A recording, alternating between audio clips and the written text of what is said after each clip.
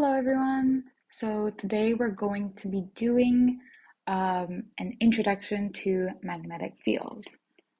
As you can see, so this is going to be loosely covering some of the topics from 5.4.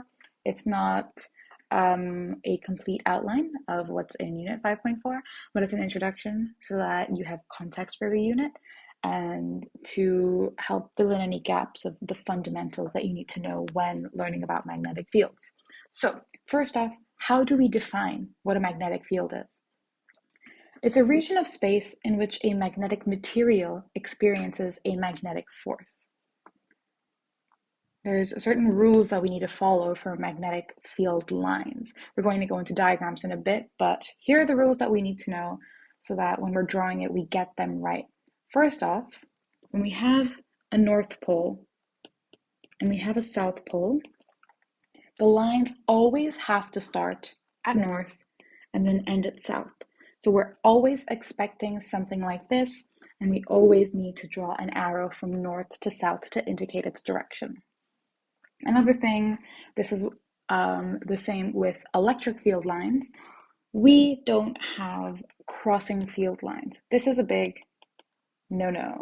Let's emphasize that. No crossing field lines. And something else that's important when we're talking about field lines is understanding what the distance between field lines mean. So closer field lines typically means you're going to have a stronger magnetic field, while further away ones means that they're weaker. And I'm going to go into more detail on this in a little bit.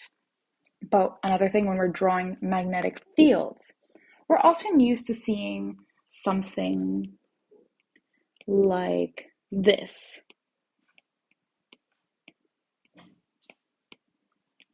This is the thing that we normally see when we're thinking of magnets. But actually, another way of describing these fields is with the field going towards you or away from you, which sounds a little bit crazy. But the way to draw this is if the field is going towards you or away from the paper, we like to note it like this. But if it's going away from you or towards the paper, we like to draw it like this. And this is kind of hard to explain on paper, but you literally want to imagine with your hand or something a field that's going towards or away from you. And that's how you can understand this. So if we had our piece of paper right here, and we obviously have all of these points on the paper that the field line is going through, and we're looking at it over here. This is how we describe it. If we're looking over here with this little eye, our field lines are going towards us. That means we'd see this on the paper. So something like this. Ooh. Not a very good drawing because it's tiny, but you get the gist. On the other hand, if we're looking from this point of view, let's draw a little eyeball. All of these field lines are going away from us or towards this paper over here. So we would actually see it using this. So we'd see something along the lines of this. And I'm drawing this as a uniform field, obviously, because it's not a uniform field, it's going to differ, but just to get an understanding of how exactly we use these two things, because we're going to see in questions and past papers a lot of questions that use this to explain the field. So this is a really important thing to understand. It's one of the basics, it's one of the fundamentals. It's good to memorize it, familiarize yourself with it so that you can understand when you see this what it is. Now, let's go into some of the basic magnetic field drawings. They're going to be nice ones, nothing using this right now. So let's say, and this is going to be, we're going to go with the basics. What happens when you have two unlike magnets, or you have a north and south?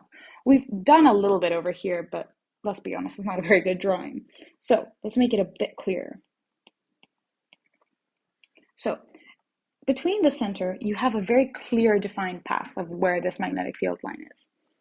And as we start to go away from this center line, the lines are going to start curving a little bit more, kind of like this.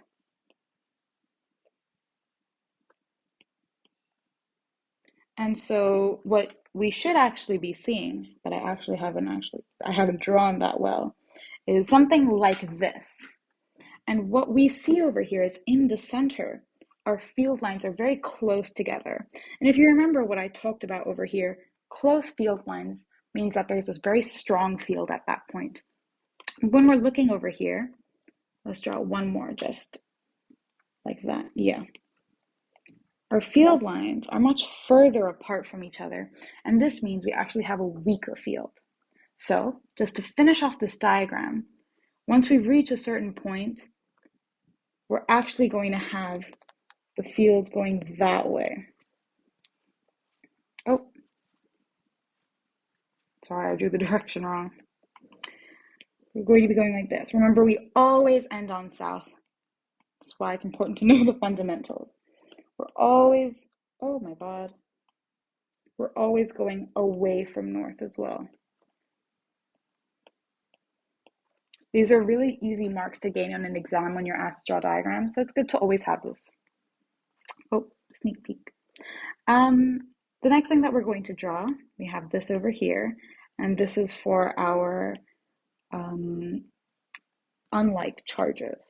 So let's do one more. For our like charges, let's say we have two north poles over here. So if you've watched our electric field video, there's going to be a point in between two like magnets where the electric fields cancel out. And at that point, there's actually, if you put a magnetic object there, it would experience no force whatsoever. And we call this our null point. So in this point right over here, an object would experience no magnetic force. And so when we're drawing our field lines are actually going to start going around it. It's not going to actually go near that point. We're going to see over here, they just start to curve away. And this is the same with souths as well. It's with like magnetic